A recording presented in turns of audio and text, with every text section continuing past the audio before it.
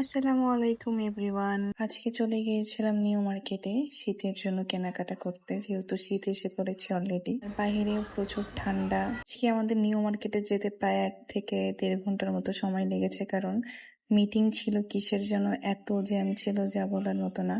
তারপর আর কি চলে গেলাম এই 1.5 ঘন্টা 1 ঘন্টার জ্যাম শেষ করে। তো এই শালগুলো দেখছিলাম, প্রচুর দাম চাচ্ছিল, নিই আমি। তারপর কি কিউট কিউট ব্যাগগুলো, মানে আমার ব্যাগ ড্রেসে আর হয় না, থেকে একটা ব্যাগ নিয়েছি। তারপর আর কি আম্মু ড্রেসের দোকানে চলে গেল, মানে ড্রেস নিতেই হবে।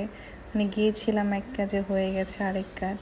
আমি শীতের জন্য কি কেনাকাটা করব, আমার এইভাবে ড্রেস কিনে মন ভরে না। তাও নিয়েছি, যে দেখছিলাম কোনটা ভালো লাগে।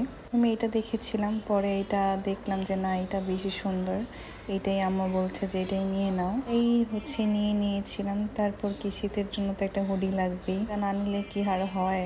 আর এই যে একটা গোল ফ্রক, এটাও আম্মু পছন্দ করেছে, নিয়েছিলাম। তারপর কি আম্মু আর আমি মিলে চলে গেলাম ওয়ারিতে খাওয়া দাওয়া করতে। নিউ মার্কেটে আসার টাইমে অনেক জ্যাম পেয়েছি, যাওয়ার টাইমেও ওয়ারিতে ব্যাক করার টাইমেও প্রচুর জ্যাম ছিল। জ্যাম শেষ করে তারপরে এই ওয়ারিতে চলে গেলাম কেএফসিতে খাওয়ার জন্য। আজকে এই জ্যাম করেই একদম অর্ধেক সময় চলে গিয়েছে আমাদের। তো আমাদের আজকে খাবার আসতে অনেক লেট হয়েছে, যা বলার মতো না। প্রায় আধা ঘন্টা পরে আমাদের খাবার এসেছে, যে আমি নিয়ে এসেছি খাবার। আর আমার আম্মুর তো কেএফসি এত পছন্দ, যা বলার মতো না।